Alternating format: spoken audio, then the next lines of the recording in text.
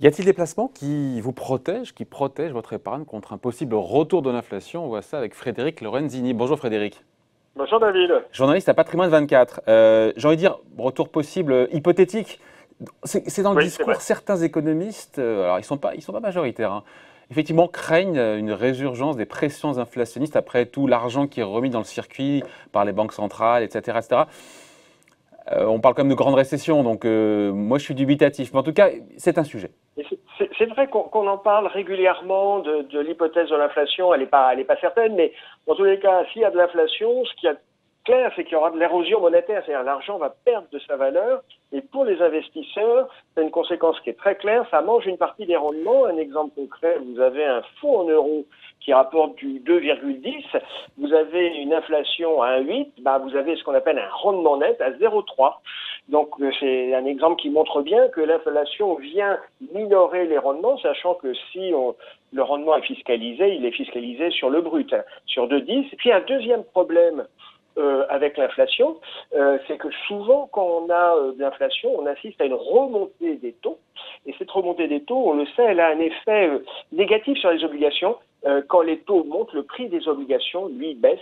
Donc il faut trouver des stratégies si on anticipe une reprise de l'inflation.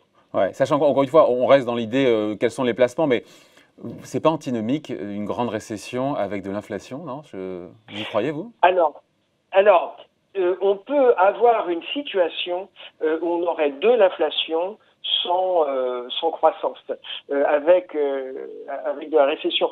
Souvent, inflation est associée à croissance. C'est ce qu'on appelle la surchauffe économique. Ouais. L'activité reprend, ça s'accélère, et puis à un moment, il y a emballement sur les salaires, emballement sur les prix. Ouais, on en est loin là, on en est loin. Et on n'est pas du tout dans cette logique. Donc le pire des scénarios, c'est pas tellement d'avoir de l'inflation, c'est d'avoir de l'inflation et pas de croissance, voire de l'inflation et de la récession. Et là, effectivement, ça devient compliqué. Mais le raisonnement reste le même pour vos placements. S'il y a inflation, il y a érosion monétaire. S'il y a érosion monétaire, alors il faut mettre en place des stratégies. Ouais. Bon, imaginons cette hypothèse encore une fois qui m'a pas l'air la plus plausible. Mais bon, imaginons qu'encore une fois, il faut s'y préparer.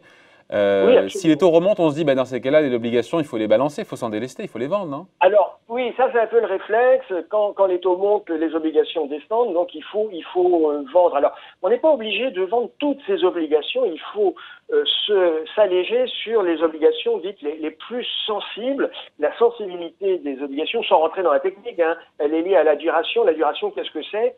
C'est le temps que l'obligation reste à vivre. Si une obligation est remboursée dans 6 mois, 1 an, elle a une duration très faible, elle est peu sensible à la remontée des taux. En revanche, sur une OAT 2060, ça existe, il lui reste encore une quarantaine d'années à vivre, et là on va avoir une sensibilité de l'ordre de 18. Une sensibilité de l'ordre de 18, c'est très concret, c'est-à-dire que si les taux remontent de 1%, le prix de votre obligation va baisser de 18%. Donc c'est ça la sensibilité. Donc il faut, si on anticipe une remontée des taux, il faut s'alléger sur les obligations les plus sensibles. Vous pensez, je vous coupe, Fred, vous pensez vraiment que beaucoup de particuliers comme ça ont des obligations en direct? C'est pas un truc de professionnel, ça? Non, alors, rares sont les particuliers qui ont ce qu'on appelle des titres vifs, c'est-à-dire des obligations, des actions. Des actions encore, oui, il y a, mais des obligations, vous avez raison, c'est très rare. En revanche, beaucoup de particuliers peuvent avoir des obligations de façon indirecte dans des fonds ou via le fameux fonds en euros de leur contrat d'assurance vie. Mais effectivement, souvent, la détention obligataire, elle ne se fait pas en titre vif en direct, elle se fait à travers des fonds. Oui, c'est vrai. Alors, quelles sont les solutions que vous proposez? Alors, une des solutions, c'est d'aller sur des obligations indexées sur l'inflation. C'est quoi ça? C'est quoi cette espèce-là? Sur l'inflation, c'est très concret, c'est-à-dire que le rendement de votre le coupon, obligation, l'intérêt, le coupon, il n'est pas calé sur un taux fixé dans le marbre une fois pour toutes, il va être indexé sur l'inflation. Alors, ce qu'il faut savoir, c'est que le gisement de ces obligations indexées sur l'inflation, qui permettent de suivre le mouvement haussier de l'inflation, si elle survient, c'est essentiellement dans les govies, c'est-à-dire les obligations d'État. Ouais. Et là, dans ce domaine, il y a plusieurs exemples de fonds qui tirent leur épingle du jeu. Vous voulez quelques exemples? Ah, je veux bien, mais je me demandais quels étaient. C'est tout bénef si le rendement, le coupon de l'obligation suit l'inflation. Je vois le côté positif, il n'y a pas des inconvénients quand même là-dedans? Ou une Bah, contrepartie? Ou une contrepartie? alors, non, l'inconvénient, c'est que vous avez un rendement brut qui augmente.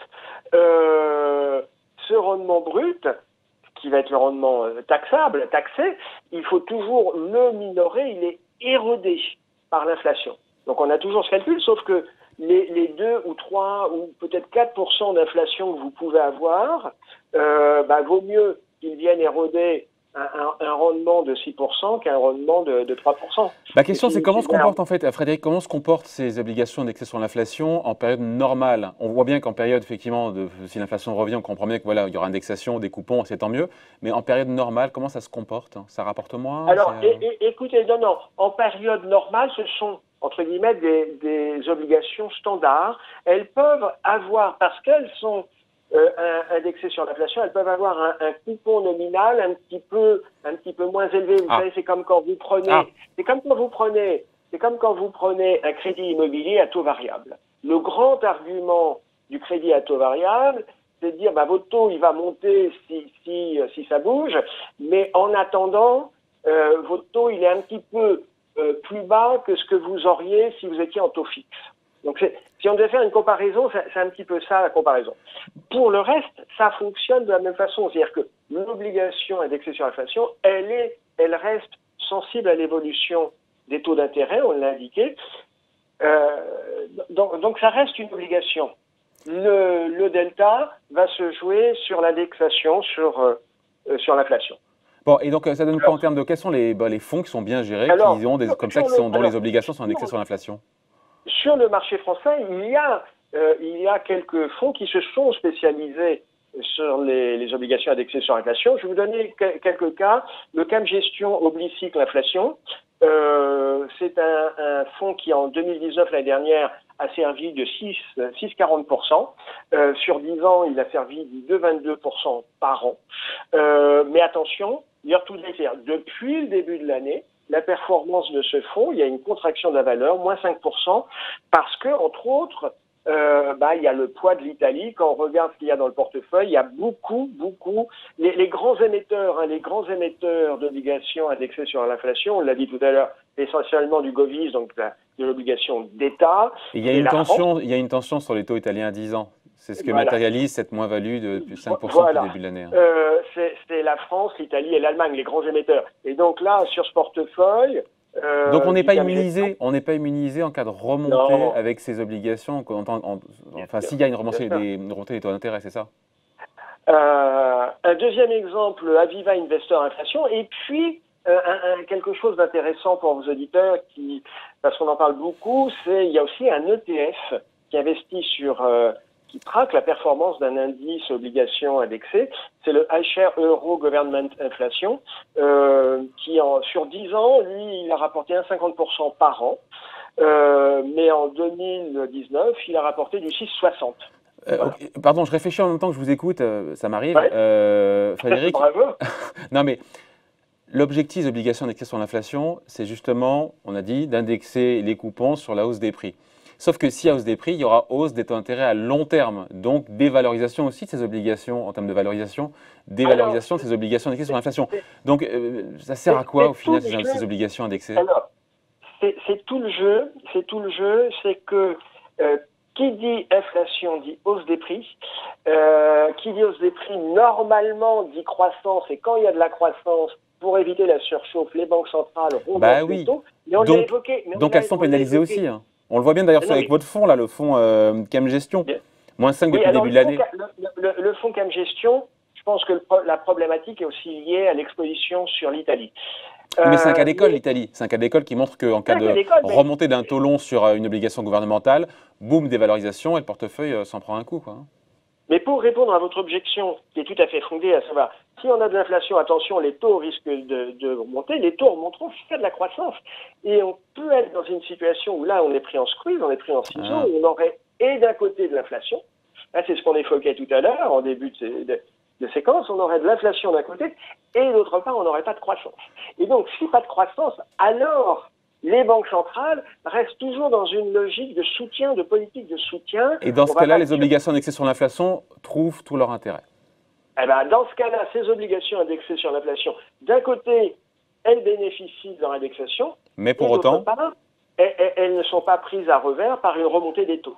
ok, autre stratégie que les obligations indexées, Frédéric, pour se prémunir justement d'un retour possible de l'inflation. Il y a les stratégies, entre guillemets, je dirais un peu traditionnelles, il y a l'immobilier. Alors, vous savez, on dit toujours, oui, l'immobilier, la pierre, c'est du solide. Il faut quand même se souvenir que la pierre peut aussi avoir des pertes de valeur. Hein. Je rappelle à nos auditeurs, certains ont connu cette période entre 90 et 95, 1990 et 95.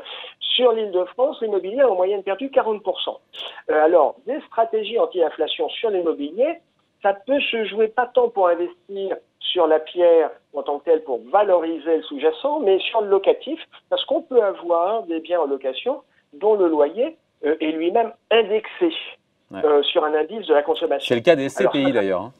Oui, alors voilà, c'est des phénomènes, des mécanismes qu'on va retrouver sur des SCPI, en gardant toujours à l'esprit le fait que l'immobilier, il peut y avoir, ça existe, on a des exemples concrets, des cracks et des pertes de valeur sur l'immobilier.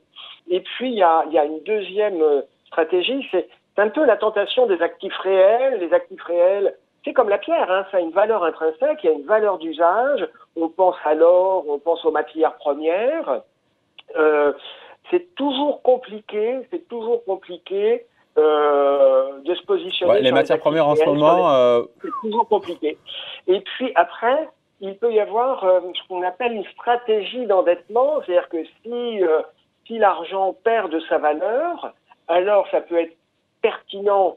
Si je suis sûr de mon anticipation, à savoir qu'il va y avoir de l'inflation, ça peut être pertinent pour moi de m'endetter en disant là, l'inflation va éroder le poids de ma dette. S'il y a une forte inflation. Faut-il avoir la surface financière pour Alors, ça suppose. Frédéric ça suppose d'avoir la surface financière pour et de ne pas faire des montages qui soient trop scabreux, trop sophistiqués, trop complexes, parce que là, c'est dans ce genre de situation, quand on est un petit peu fait des montages financiers à base d'endettement, on est trop en tension, que dès que quelque chose ne se passe pas comme prévu, patatrac. Mais pour ceux qui ont la surface, voilà, on peut aller vers des stratégies d'endettement. Dernier conseil pour la route ? Un dernier conseil, cette inflation, elle viendra pas, on n'en sait rien. En tout cas, c'est maintenant qu'il faut mettre en place, c'est toujours en amont, par anticipation, qu'il faut mettre en place ces stratégies. Et pourquoi ça d'ailleurs ? Pourquoi ? C'est parce qu'une fois que vous êtes dans l'œil du cyclone, les opportunités qui existaient 18 mois avant ont disparu ou elles se sont renchéries. Et puis souvent, quand vous dites qu'il faut que je tranche dans les 2 ou 3 jours qui viennent, l'urgence en matière de placement est rarement bonne conseillère. On ne prend pas le temps de regarder tous les aspects d'un placement qui vous a proposé, que ce soit un fonds obligataire, un USCPI, etc. Donc c'est toujours à froid, de façon en essayant d'être rationnel en amont, qu'il faut mettre en place ces stratégies. Dans l'urgence, souvent on se prend les pieds dans le tapis. Donc ça serait un peu ça mon dernier conseil. L'inflation, est-ce qu'elle va revenir? On n'en est pas sûr, mais c'est maintenant qu'il faut y réfléchir. C'est pas si elle arrive dans 12 mois, ça sera pas le moment de faire ces arbitrages. Voilà, c'est noté. Merci en tout cas. Merci pour ces conseils. Signé Frédéric Lorenzini, journaliste à Patrimoine 24. Merci Frédéric, bonne journée. À bientôt.